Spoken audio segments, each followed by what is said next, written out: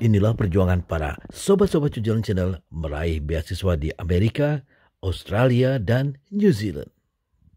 Sobat-sobat New Zealand Channel, bersekolah di luar negeri gratis melalui jalur beasiswa mungkin menjadi impian banyak sekali para pelajar dan mahasiswa Indonesia, termasuk saya zaman dahulu kala. Nah, bagaimana perjuangan sobat-sobat Indonesia, sobat-sobat New Zealand Channel untuk meraih beasiswa dan mengikuti pendidikan di Amerika, Australia, dan New Zealand? Kita ikuti kisah mereka. Tapi sebelumnya, dengarkan yang satu ini dulu ya.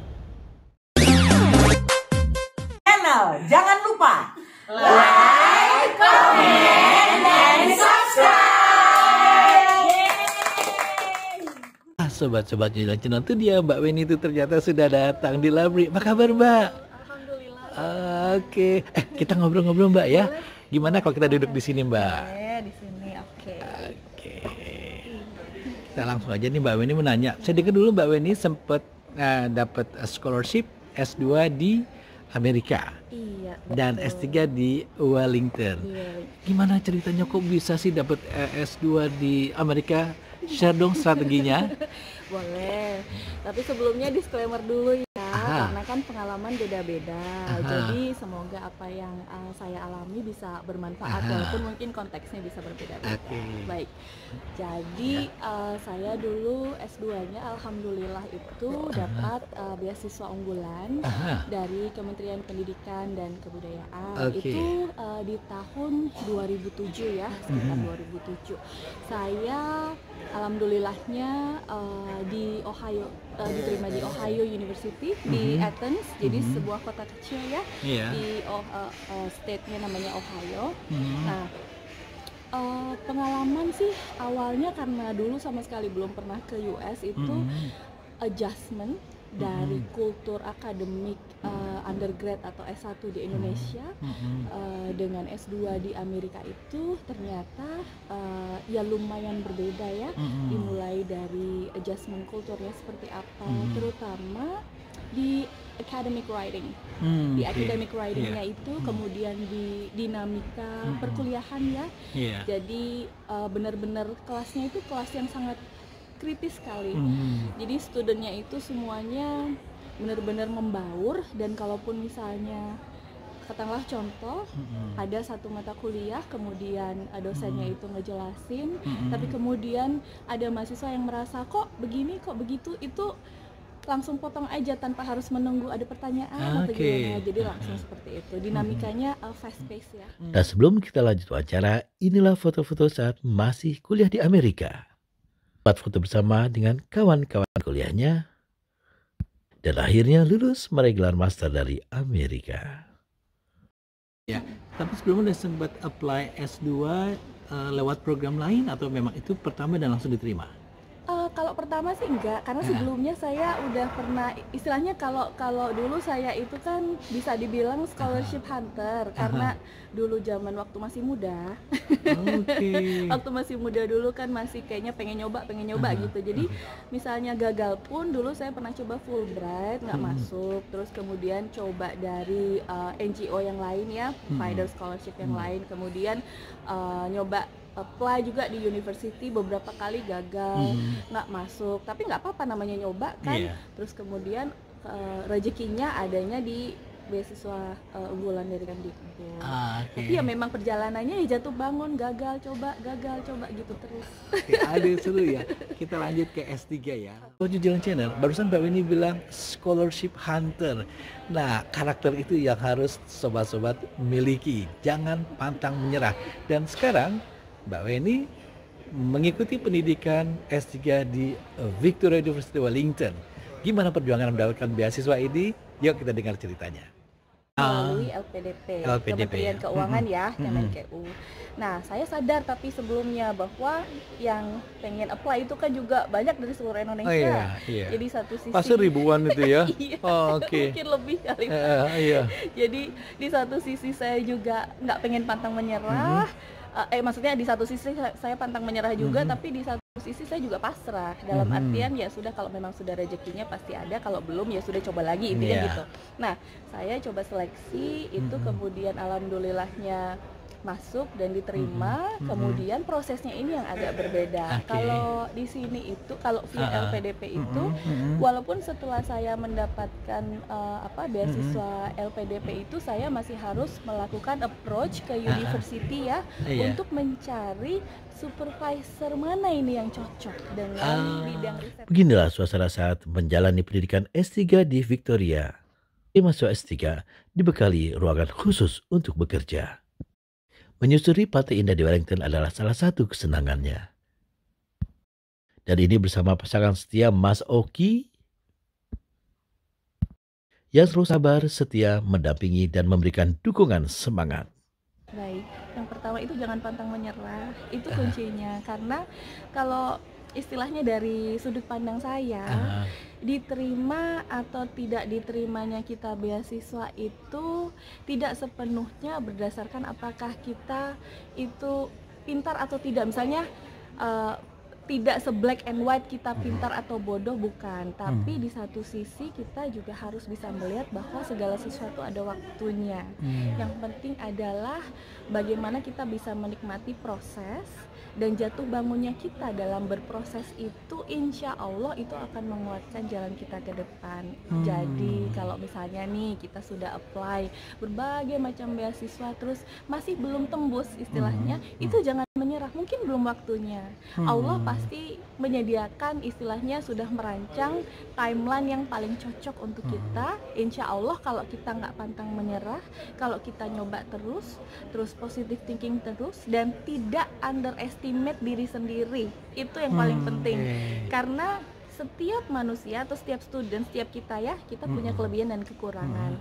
Itu kita harus bisa bagaimana caranya memompa semangat dan terus berpikir positif untuk berusaha yang terbaik. Aduh seru banget ya. Oke, sebelum kita tutup nih obrolan kita ini, Mbak Winnie boleh tahu dong, di-share sedikit sekarang mengambil jurusan apa, terus kerja di mana, rencana bagaimana nih setelah lulus? Saya ini ambil jurusannya pendidikan ya, istilahnya Faculty of Education. Kemudian bidang riset saya itu informal learning of Indonesian teachers atau Indonesian educators yang dilihat dari sudut pandang social kognitif. Nah, kalau saya itu saat ini bekerja di Pusdatin, kalau dulu namanya Pustekom ya, itu di bawah Kementerian Pendidikan dan Kebudayaan. Dan saya sudah bekerja sebagai kalau sekarang istilahnya ASN, aparatur sipil negara itu sejak 2005, jadi ya more than 10 years. Oke, program doktoralnya udah hampir selesai ya? Insya Allah tinggal revisi. Aduh, mudah-mudahan. Doakan saja. Iya. Sukses, selanjutnya ngambil profesor. Terima kasih. Mungkin break dulu kali ya. mungkin nanti ke depannya siapa tahu ada keinginan lagi, tapi untuk saat ini menikmati, mensyukuri yang ada dulu. Oke. Ya, gitu. Selamat dengan gelar doktornya, mudah-mudahan segera ya teraih. Amin. Ya, Amin. dan sukses kembali ke Indonesia, membangun Indonesia. Amin. Terima kasih banyak Mbak Winnie. Terima kasih kembali. Sobat-sobat New Zealand Channel, demikian wawancara kita dengan Mbak Winnie nih tentang bagaimana perjuangannya meraih beasiswa S2 dan S3. Terima kasih banyak Mbak Winnie ya. Terima kasih kembali. Salam buat sobat-sobat New Zealand Channel. Will do. Oke. Tapi sobat-sobat jangan kemana-mana. Dari wawancara dengan Mbak Winnie, kita masih ada sobat Indonesia lainnya yang akan berbagi pengalaman seperti Mbak Winnie ini tentang beasiswa S2, S3 di New Zealand dan di Australia. Ikuti terus. Sukses buat channelnya Bapak. Terima kasih Mbak Winnie. Oke, bye. Bye. Nah, sobat-sobat Jujur Channel, inilah kesibukan Mas Dedi Erianto yang saat ini sedang menyelesaikan studi PhD-nya di Universitas Victoria. Tapi selain menyelesaikan PhD di Universitas Victoria, sebelumnya Mas Dedi ini juga mendapatkan master di Australia. Kita tanya dulu yuk bagaimana ceritanya. Mas Dedi, apa kabar? Assalamualaikum, good morning. Morning Pak Agam. Mas Dedi, dulu kabarnya sempat ngambil master degree di Australia. Bagaimana cerita sehingga bisa mendapatkan beasiswa scholarship di Australia, Pak? Ya, itu setiap tahun kan pemerintah Australia dia menyelenggarakan memberi beasiswa ke beberapa negara termasuk Indonesia ya Pak ya. Itu nama dulu zaman saya tuh tahun 2005, nama programnya Australian Development Scholarship. Yang sekarang saya tahu udah berganti namanya Australian Award Scholarship AAS gitu. Jadi saya mendaftar, setiap tahun itu ada 300 daya tampungnya. Jadi 250 master student, 50 PhD. Iya. Nah, kebetulan saya waktu itu masih tugas di daerah Kalimantan gitu Pak. Itu tahun berapa, Mas? Tahun Didi? 2005 itu Pak. Oke, apa requirement-nya? Persyaratannya apa tuh untuk dapat beasiswa di S2 di Australia saat itu? Itu tentu sudah lulus S1 ya. Hmm, terus iya. GPA-nya 2,75 zaman itu. Oke. Terus juga ada apa? TOEFL atau IELTS. Kalau IELTS itu skor 5 minimal, TOEFL-nya skor 500. Nah, kalau yang bagi kawan-kawan sebagai PNS, dia harus mendapat izin dari kantor masing-masing. Tapi kalau yang swasta gitu ya, dia nggak perlu dapat izin, itu langsung ngelamar aja. Oke. Jadi semua dokumen itu diserahkan? Iya, dikirim ke kantor AAS di Rasuna Said di Kuningan ya. Iya. Kita kirim pos. Tapi kalau sekarang mungkin sistemnya udah berubah, dia pakai online system. Oh, lebih mudah Zaman ya. saya masih jadul 2005. Lebih pakai mudah. pos kirim, nanti akan apa namanya dia shortlist gitu ya, sekitar 600 orang. Nah, dari 600 itu akan diambil separuhnya 300. Nah, tes yang akan dilakukan itu meliputi tes IELTS sama interview. Oke. Nah, sobat-sobat, sebelum kita lanjut wawancara, ini ruang kerjanya nih. Halo, good morning. Rebecca, I saw your name there.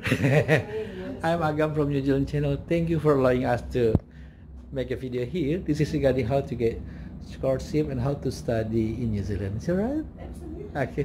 Thank you so much. So you are Daddy's friend. Yes. It's very nice college. Thank you, Rebecca. Oke, sobat-sobat New Zealand Channel, ini tempat ruangan Pak Denny. Kalau S3, di mana Pak Denny tempatnya Pak? Mejanya? Ini Oke. cukup berantakan. Oke, jadi ini ruangan Pak Denny. Ada berapa meja di sini? Berapa orang Pak? Di sini ada 5 ya Pak. Hah.